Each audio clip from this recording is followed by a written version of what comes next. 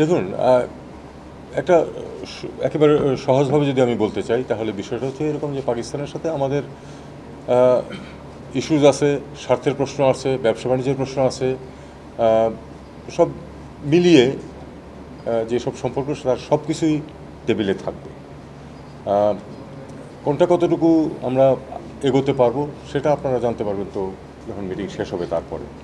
তবে পাকিস্তানের সাথে আমরা যেটা সবসময় বলে আসতেছি, গত 1 বছর যাবত আমরা যেটা বলে আসছি সেটা হলো যে আমরা পাকিস্তানের সাথে স্বাভাবিক সম্পর্ক চাই। এটা আউট অফ দি ওয়ে গিয়ে বড় কোনো ওইরকম কিছু না। আবার যে ডেলিভারেটলি তাদের সাথে সম্পর্ক ভালো রাখবো না এরকম একটা সিদ্ধান্ত যেটা ছিল সেটা থেকে আমরা বের হয়ে এসেছি। আমরা অন্যান্য আরও 10টা দেশের সাথে যেরকম সম্পর্ক আমাদের পাকিস্তানের সাথে আমরা সেরকম সম্পর্ক চাই এবং সেটাই কিন্তু আমরা চেষ্টা করছি। আমরা জানি যে যখনই পাকিস্তানের সাথে সম্পর্ক উন্নয়নের কথা বা স্বাভাবিক সম্পর্ক রাখার কথা আসে তখনই 71-এর মুক্তিযুদ্ধে আনুষ্ঠানিকভাবে ক্ষমা চাওয়ার প্রসঙ্গটি আসে, পাওনা আদায়ের প্রসঙ্গটি আসে। সেটি টেবিলে থাকবে কিনা? প্রতিটি ইস্যুই টেবিলে থাকবে, প্রতিটি ইস্যুই টেবিলে থাকবে।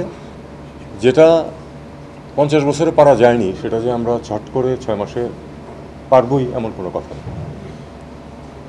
আমরা এটা প্র্যাগমেটিক ওয়েতেই আগাবো এবং একটা ইস্যু আরেকটা ইস্যুকে আটকে রাখবে সেটা আমরা কখনো চাই না।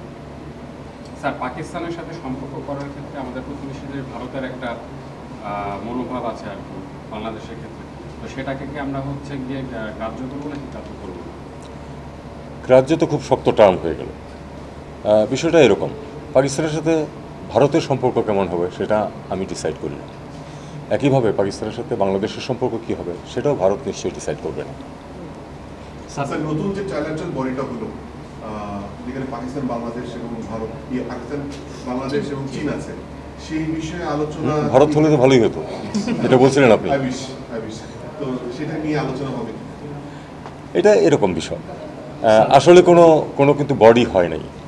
একটা মিটিং হয়েছে ইনফর্মাল, এবং ইনফর্মাল শব্দটা আমরা ব্যবহার করেছি সবসময়।